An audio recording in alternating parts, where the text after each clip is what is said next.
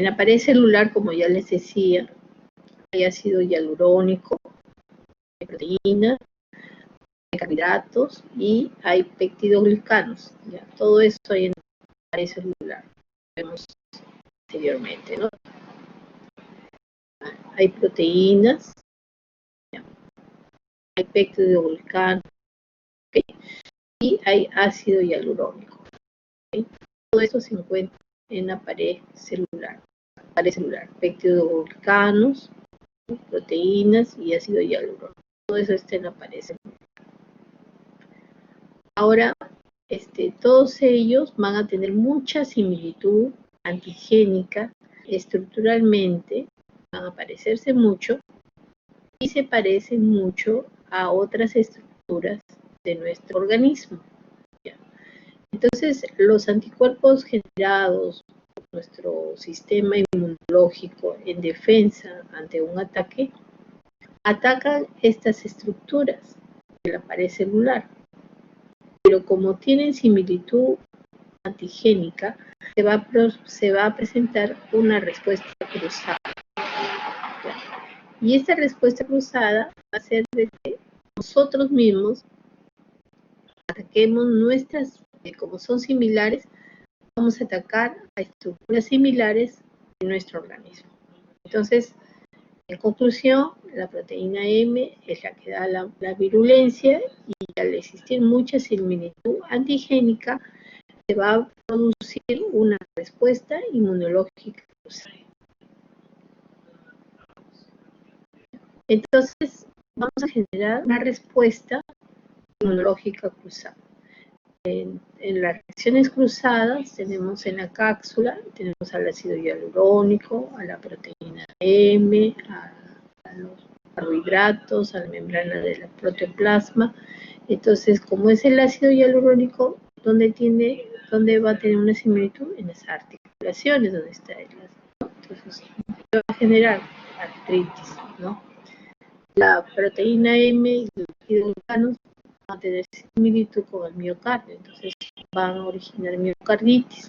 Los carbohidratos igualmente, el tejido valvular, entonces genera valvulopatía, la estenosis mitral, la insuficiencia mitral. La membrana del protoplasma tenemos, como vamos a ver después, una afinidad con los sarcolemas del sistema nervioso central, entonces va a generar lo que se llama la colon.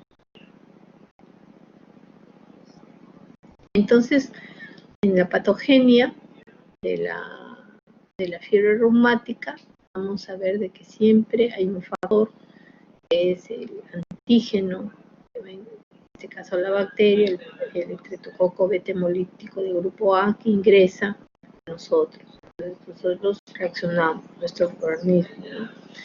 Entonces, hay en el epitelio faríngeo, ¿no?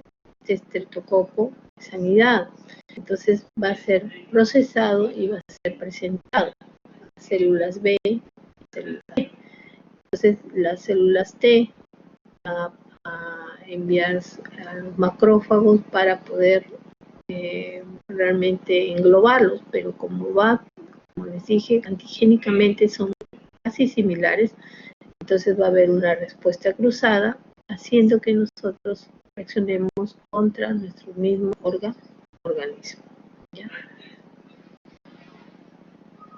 Acá vemos a continuación, ¿no? Entonces se produce una reacción cruzada tanto de las células B como de las células T, ¿no? Y probablemente van a reaccionar contra nuestros tejidos y órganos de nuestro propio organismo, produciendo valvulopatía en el corazón, en el cerebro, corea, en las articulaciones artritis y en la piel los nódulos y el eritema marginal. Estas son algunas abreviaturas, por ejemplo, GAS es el estreptococo beta hemolítico del grupo A. Entonces, con el GAS, el estreptococo beta hemolítico del grupo A ingresa al epitelio faríngeo, se produce todo este procesamiento y presentación de antígenos del GAS a las células B y a las células T. ¿Qué cosa es otra sigla que tienen que aprender son BCR, el receptor de la célula B, este es el receptor de la célula B, y TCR, que lo ven ustedes acá, es el receptor de la célula B. Entonces, se va a producir, como les dije, una respuesta cruzada que va a dañar los diferentes órganos. ¿Cuál es el cuadro clínico que vamos a observar? ¿No? El cuadro clínico, ¿qué manifestaciones vamos a tener? Primeramente, como les dije, tenemos que tener síntomas de faringitis estreptocócica, ¿no? Síntomas de faringitis estreptocócica. Sobre eso se basa la complicación que viene a ser la fiebre reumática. Los síntomas de fiebre reumática van a aparecer 2 a 3 semanas después de que se ha iniciado esta faringitis. 2 a 3 semanas pueden aparecer estos síntomas después de que se ha iniciado este cuadro de faringitis. Artritis. ¿Cuáles son esas complicaciones? La artritis es la primera manifestación que se presenta en la fiebre reumática en el 75% de casos. ¿Ya? Antes que la complicación cardíaca, o sea, la artritis. ¿Ya? 75%. Esta se presenta en el 75% de los pacientes y tiene algunas características que ustedes tienen que saber. Primeramente, que es muy doloroso, o sea, al paciente le duele. Hay rubor, significa que se cambia la coloración, rosadito, aumenta el calor, aumento de temperatura, aumenta el volumen y sobre todo se da en las grandes articulaciones. Ojo, grandes articulaciones, estoy hablando de grandes como rodillas. Puede producir dolor e impotencia funcional y como les dije, los síntomas más llamativos son los síntomas de flebosis, ¿no? Edema, hinchazón, rubor, calor. ¿Ya?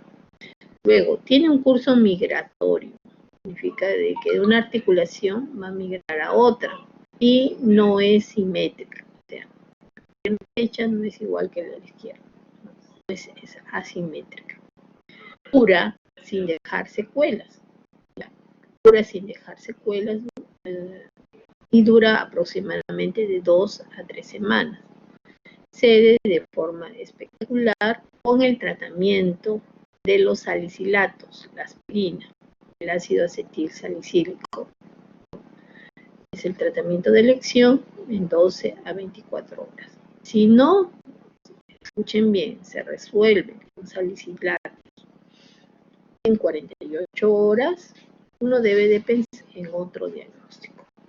Con los salicilatos tiene que responder a las 48 horas. Si no responde, tenemos que pensar en otro diagnóstico. Entonces, en esta diapositiva, la manifestación más frecuente de fiebre reumática es la artritis. Ya eso ha debido de tener una infección faríngea con estreptococcus de carácter migratorio, asimétrica, cura sin dejar secuelas a las 2 semanas y el tratamiento para el dolor es el ácido acetil salicílico. Predominan los síntomas inflamatorios. Vamos a ver la otra diapositiva, donde observamos justamente la articulación de la rodilla. Miren, la eritematosa, ¿no?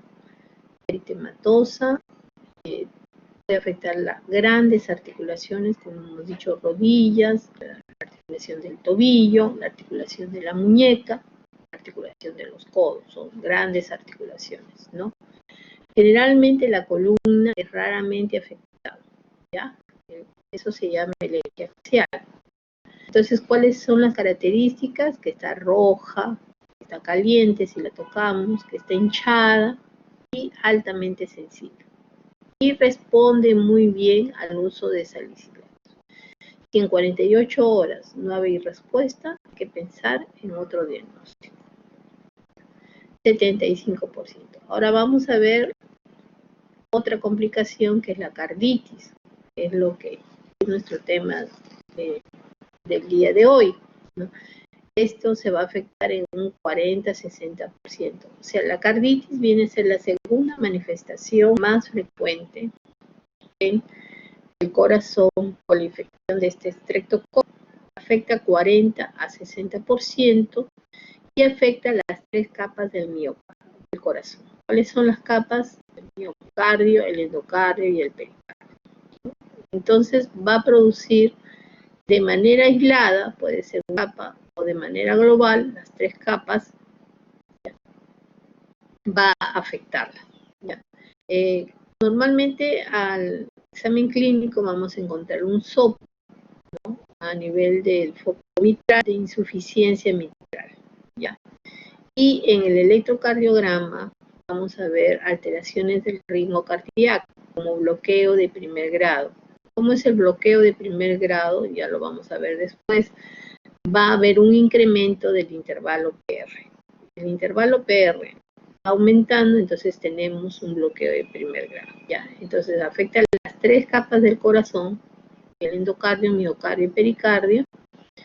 Puede ser también en forma aislada o global y va a dar un soplo de insuficiencia mitral al examen clínico, y en el electrocardiograma vamos a tener un intervalo PR prolongado o un bloqueo de primer grado, ¿no? Si afecta el pericardio, se va a formar la pericarditis, ¿no? Entonces, ¿cuál es el diagnóstico de una pericarditis?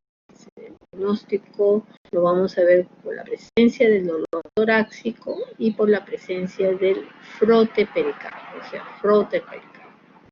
Si hay una miocarditis, cuando hay una miocarditis también hay dolor torácico, ¿no? Hay dolor torácico, hay cardiomegalia, el corazón está grande, en las funciones vitales el paciente está con fiebre, pero no tiene taquicardia. Es un signo importante en la cama del paciente para hacer el diagnóstico de miocarditis. El paciente está con dolor torácico, con fiebre y no tiene taquicardia. O sea, hay algo paradójico, ¿no? Deberíamos tener taquicardia si tuviéramos fiebre, pero este paciente su frecuencia es normal.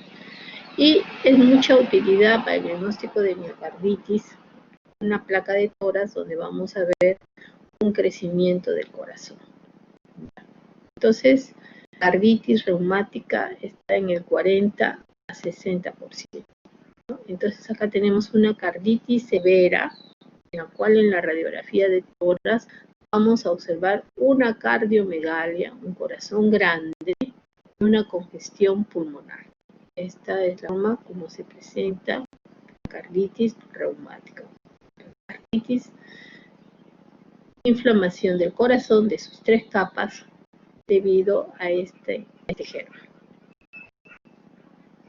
Otra complicación que está en menos frecuencia, entonces si la carditis estaba en un 60%, la corea de Sydenham, que es la manifestación neurológica, se presenta en el 20%, del 5 al 20%, ¿ya? ¿Cómo es la corea de Sydenham? Son movimientos involuntarios que sobre todo se van a dar en los músculos de la cara y de las extremidades, ¿ya? Va a causar debilidad en el paciente y la habilidad emocional. Va a comenzar a llorar los pacientes, o sea, la habilidad emocional. Puede afectar las 4 extremidades o ser solamente de un solo miembro, unilateral. Es el único criterio solamente mayor que nos permite hacer el diagnóstico de la enfermedad de fiebre reumática. O sea, los que hayan tenido corea de Sydenham es una persona que ha tenido este tipo de infección, ¿no? Reumática. Entonces acá vemos unas imágenes tomográficas de corea de Sydenham, ¿no?, donde nos señalan, ¿no?, esta lesión que se va a producir a nivel del cerebro, ¿ya?, que va a producir estos movimientos coreicos, ¿no?, atitóxicos, ¿no? Son movimientos espasmódicos que va a tener el paciente, donde se va a ver alterada su marcha mientras el paciente camina, ¿no? Son movimientos involuntarios, ¿ya?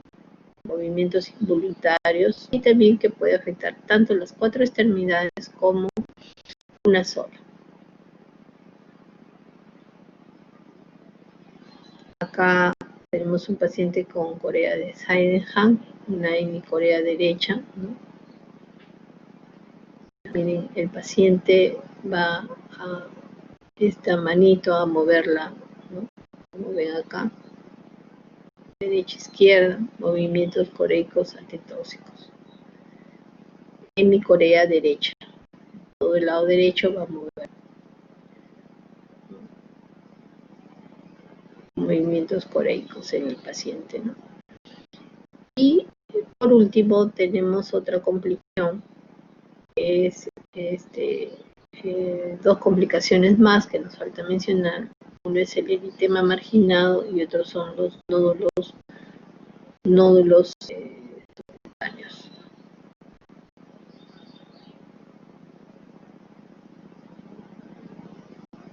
El eritema marginado, como su nombre lo indica, es una coloración, es un eritema, una mácula, ¿no?, roja, eritematosa, que puede ser serpinginosa, o sea, como una serpiente, ¿no? Puede adoptar la forma nodular, ¿ya? Y es brillante, no produce dolor, ¿ya? Va a formar anillos abiertos con un centro pálido. Entonces, estas lesiones tenemos que nosotros saberlas describir muy bien. Cuando llevemos dermatología, ustedes van a saber definir bien. O sea, son lesiones maculares, rojas, brillantes, con un centro pálido, que toma una distribución serpinginosa, no son dolorosas, ¿ya? Y que preferentemente van a respetar, eso les vuelvo a repetir, el eritema marginado respeta la cara, solamente ataca el tronco y áreas proximales de extremidades, ¿ya? No le produce prurito, o sea, no te pica y es fugaz, y respeta la cara, ¿ya? ¿Ok? Entonces, esas características debemos de tener en el eritema marginado. A ver, vamos a ver esta lesión. Entonces, es una erupción rojo brillante, ¿no? Una erupción rojo brillante que dolora, no te va a producir dolor, que respeta la cara y que se presenta en el tronco y en las zonas proximales, ¿no?, de los miembros inferiores, nunca la cara. Y van a formar lo que se llaman anillos abiertos, con un centro pálido, ¿no? Acá. Entonces se presenta más en el tórax. Este es el eritema marginado, acá hay otra imagen. Este eritema marginado, como les dije, se presenta en un 20%, no es pactonomónico, escuchen bien, de fiebre reumática, el eritema marginado, no es pactonomónico. Y puede aparecer en la septicemia, también podemos ver eritema marginado, sobre todo del estafilococo, germen estafilococo. Podemos encontrar la presencia de este eritema también en reacciones con medicamentos, también podemos presentar este eritema. Y se asocia mucho con glomerulonefritis, también en glomerulonefritis. Entonces, ¿dónde encontramos estas lesiones eritematosas? Son fugaces, no pruriginosas, serpiginosas, nodulares, con un halo interno pálido, ¿ya? Y por último tenemos la manifestación menos frecuente, que presenta en el 3%, que son los nódulos cutáneos que tuvimos en la artritis reumatoide, que se presentaba en el 20%, no sé si se acordarán. Estos nódulos cutáneos se presentan en superficies flexoras. Estas superficies flexoras pueden ser los codos, pueden ser las rodillas, y que no les va a producir dolor, o sea, son indoloros. Habitualmente los nódulos cutáneos van a aparecer cuando el paciente tiene un compromiso a nivel del corazón, ¿ok? Si tienes un compromiso cardíaco, acuérdense, otro signo muy importante que ustedes deben llevar en las zonas flexoras, del codo, de la rodilla, ¿no?, es la presencia de estos nódulos. Ya ustedes lo ven. Entonces, estos nódulos están asociados con una carditis grave, ¿no? Una carditis grave. Lo vemos. Está asociado con una carditis grave, ¿ya? Presencia de nódulos. Entonces, en la historia natural de la fiebre reumática, Si no se presentara miocarditis, la enfermedad tiene un signo benigno. O sea, la miocarditis ustedes la pueden diagnosticar en la cama del paciente. ¿Y cómo la diagnostican? Ya les dije. Ausencia de taquicardia, está febril, no hay taquicardia. ¿Okay? Dolor torácico. Si ya hubiera miocarditis, ya no es benigna la enfermedad. Ya tiene un pronóstico reservado. Y la recurrencia se va a dar en los primeros 2 años de vida. Cada recidiva, cada vez que se vuelvan a tener este cuadro, va a aumentar la posibilidad de que el paciente desarrolle o una valvulopatía mitral o una valvulopatía aórtica, que son las válvulas que más se van a dañar, ¿no? La mitral y la aórtica. Entonces, la fiebre reumática, debemos recordar, es la causa más frecuente de estenosis y doble lesión mitral. Cuando hablamos de doble lesión mitral, estamos hablando de estenosis y de insuficiencia mitral. ¿Ya? Y también otra válvula que se daña es la válvula tricúspide. Entonces, es causa de la estenosis tricúspide. ¿Ya? Entonces, vamos por orden de frecuencia. Damos la válvula mitral, la válvula aórtica, ¿ya? Y por último la válvula tricúspide. Menos frecuente afectada es la mitral. Vamos a hacer el diagnóstico. ¿Cómo hacemos el diagnóstico de fiebre reumática? Como les dije, primero el paciente debe tener un diagnóstico de una faringitis por el estreptococo beta hemolítico. Entonces, ¿cómo hacemos ese diagnóstico? Mediante un frotis. Una muestra de frotis faringio, un resultado positivo al estreptococo beta hemolítico del grupo A, estreptococo beta hemolítico del grupo A, va a confirmar esta infección. Un resultado negativo no nos descarta. ¿Sí? Eso es un frotis, ¿no? O sea que es muy específico pero poco sensible. Lo que uno debe de hacer mejor y sobre todo en los niños es el cultivo del exudado faringio y del exudado amigdaliano para aislar este estreptococo. Luego vamos a tener los refractantes de fase aguda sumamente elevados. Tenemos la velocidad de sedimentación globular y la vitamina C, R están muy elevados. Otra cosa que tenemos es el título de ASO, el título de antiestreptocina. Vamos a ver que los valores superan a los 200, o sea, están sumamente altos en las etapas agudas y van a tener un pico máximo después de las 2 semanas, a las 3 a 8 semanas. Y este pico se va a mantener en valores altos hasta unos 6 meses para luego desaparecer durante los 6 meses, ¿ok? Entonces, el pico máximo que vamos a encontrar es entre las 3 y 8 semanas. Y en la fase aguda tienen valores muy altos la antiestreptocina. ¿Y qué otras pruebas nosotros podemos pedir? Es la ecocardiografía, ¿no? Cuando estamos sospechando de un daño de la válvula mitral, ¿no? Entonces, ¿qué vamos a observar en ecocardiografía? Vamos a valorar la insuficiencia de la válvula mitral. Y entonces, ¿cómo se va a presentar? Con un movimiento ligado de los velos, ¿no? Y vamos a ver nódulos, como hemos visto, en los velos de las válvulas. Son nódulos. Se encuentran en los velos de las válvulas, ¿no? Entonces, la aurícula izquierda, ahí, y el ventrículo izquierdo. ¿Quién los comunica? La válvula mitral. Y van a aparecer nódulos, ¿no? En la válvula. Entonces, para eso nos sirve este examen que se llama ecocardiografía, que ya lo vamos a ver, ya ustedes ahora se están introduciendo en exámenes auxiliares que pueden solicitar. Entonces, continuamos. Y Jones, que hizo los criterios para hacer el diagnóstico de esta enfermedad, nos hizo los criterios mayores y los criterios menores, ¿no? Estos son los criterios de Jones modificados en el año 1990. Entonces, entre los criterios mayores teníamos la carditis, la poliartritis migratoria, el eritema marginado la coria y los nódulos cutáneos. ¿Okay?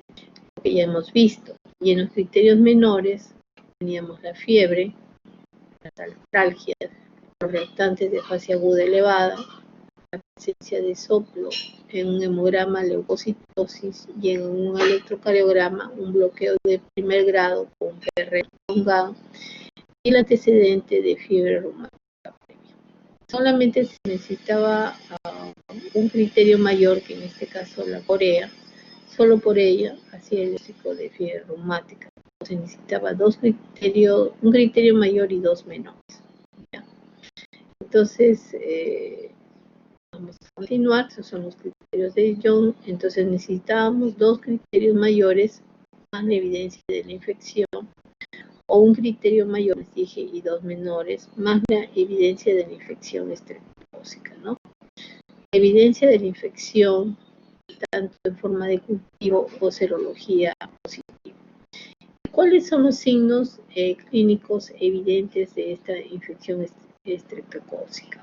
¿No? Es una escarlatina reciente, que es una enfermedad dermatológica, tener el frotis, como ya les dije, o el cultivo positivo, o la antistreptococina, totalmente alta.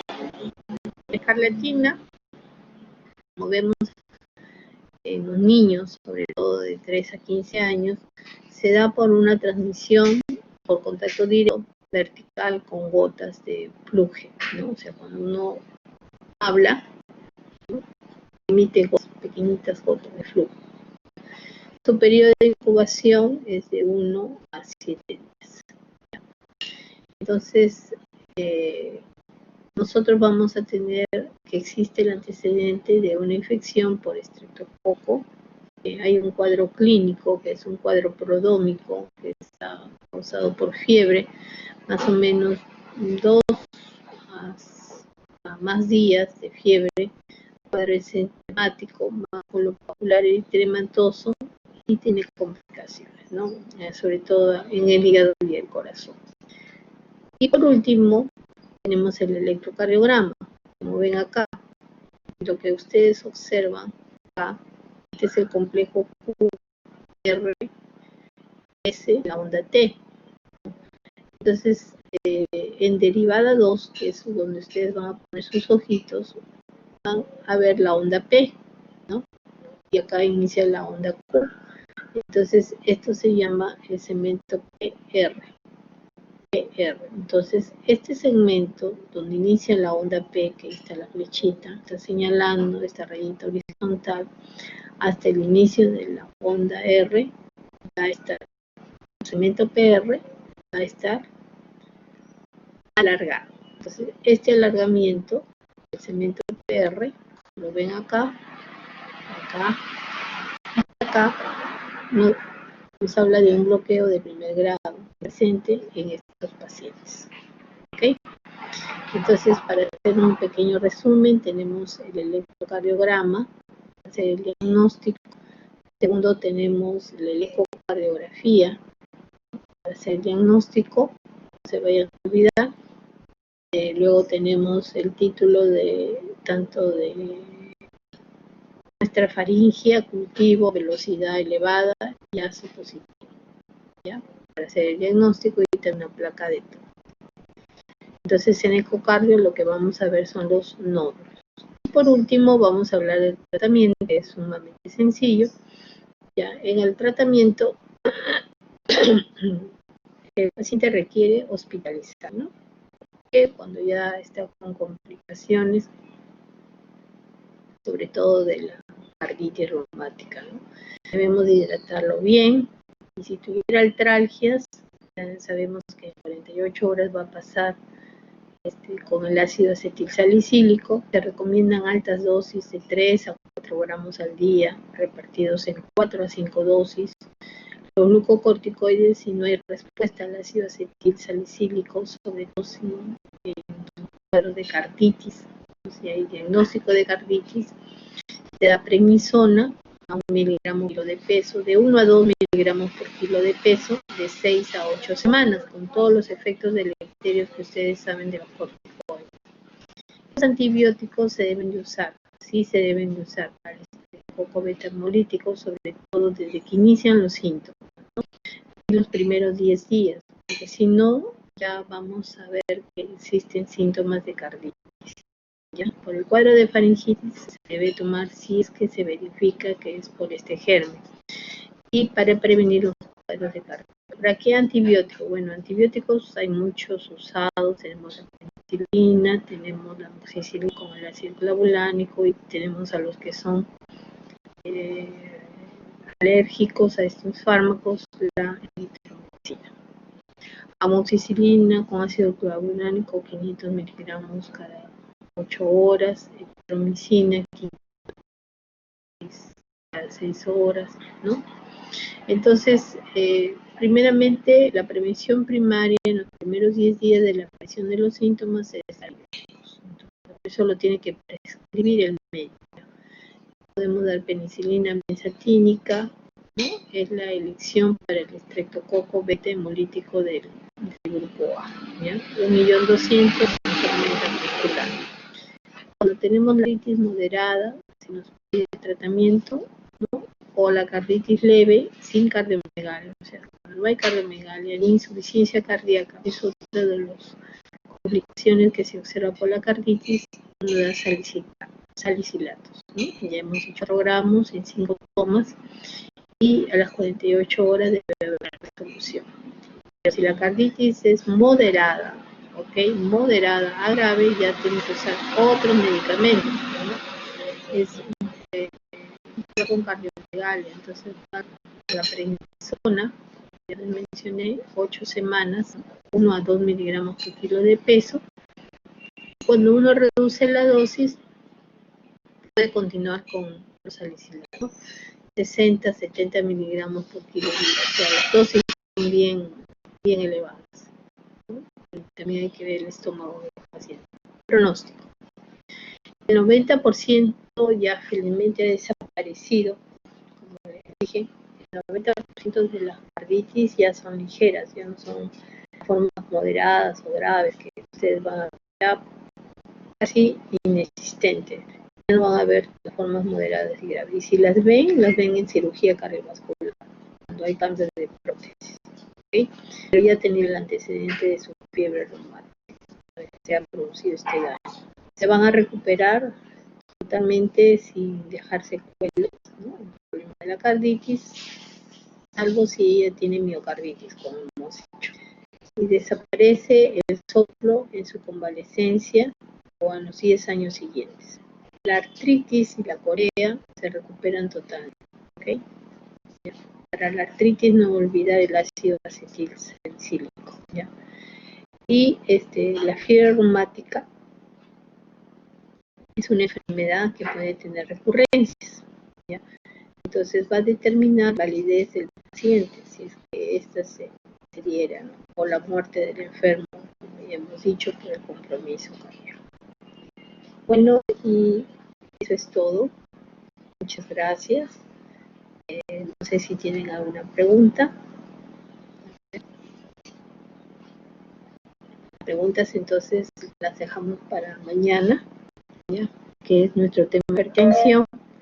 Ya tienen su examen. Sí, Eric, buenos días.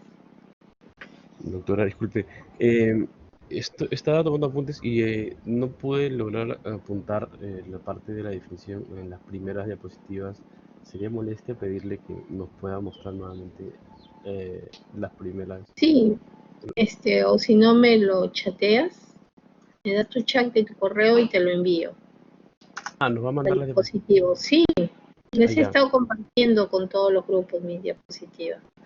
Solo que el día de hoy nomás no he hecho las preguntas porque comprendo de que ustedes deben de estar preocupados por su examen, ¿ya? Así para que ustedes tengan tranquilidad de poder dar su examen. Muy amable, doctora. No sé. También para... A ver, voy a ver tu correo un ratito. Voy a apuntarlo para enviarte, ¿ya? Gracias, doctora. Y lo puedas compartir. Llegó la doctorita Sánchez, ¿no? Sí, doctora. ¿Cómo está, doctora? Buenos días. ¿Qué tal, doctora? Buenos días. ¿Todo bien? ¿Todo entendido? Sí, doctora. Todo entendido.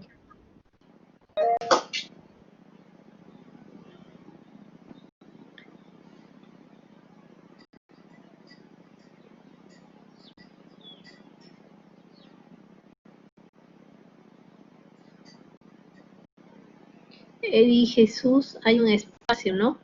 Porque algunas veces cuando uno no está muy bien.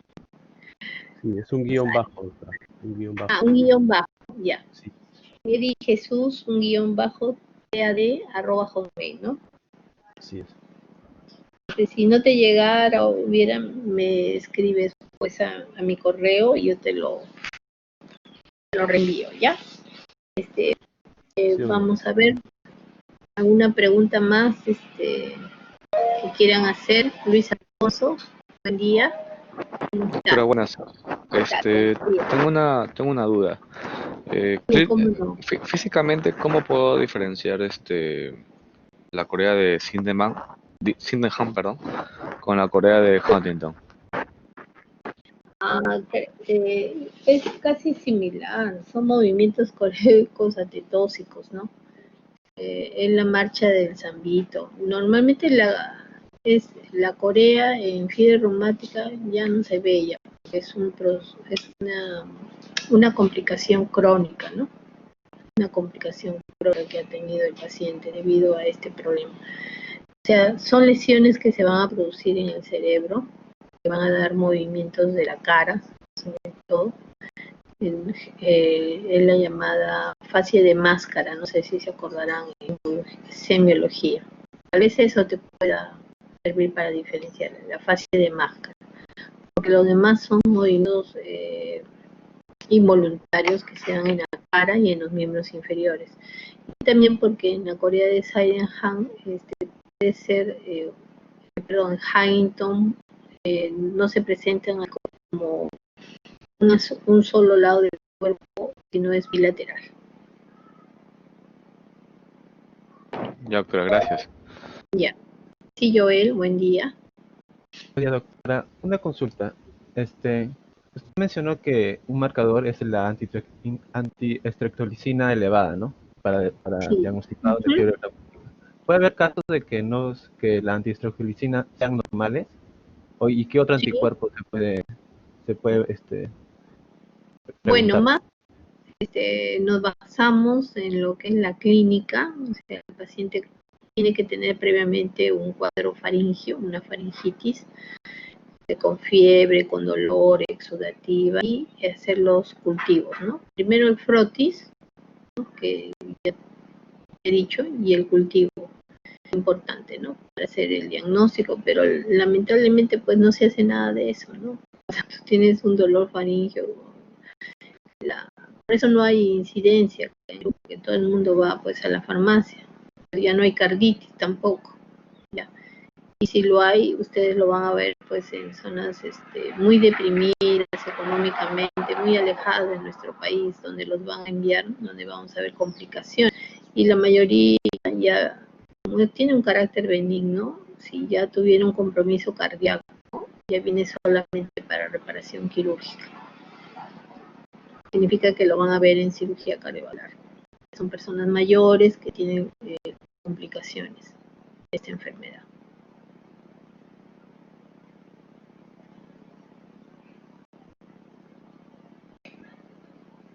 Muy bien, gracias, Joel. ¿Algo más, Carlita? ¿Todo comprendido? Sí, doctora. Ya, muy bien. ¿No hay alguna otra pregunta más?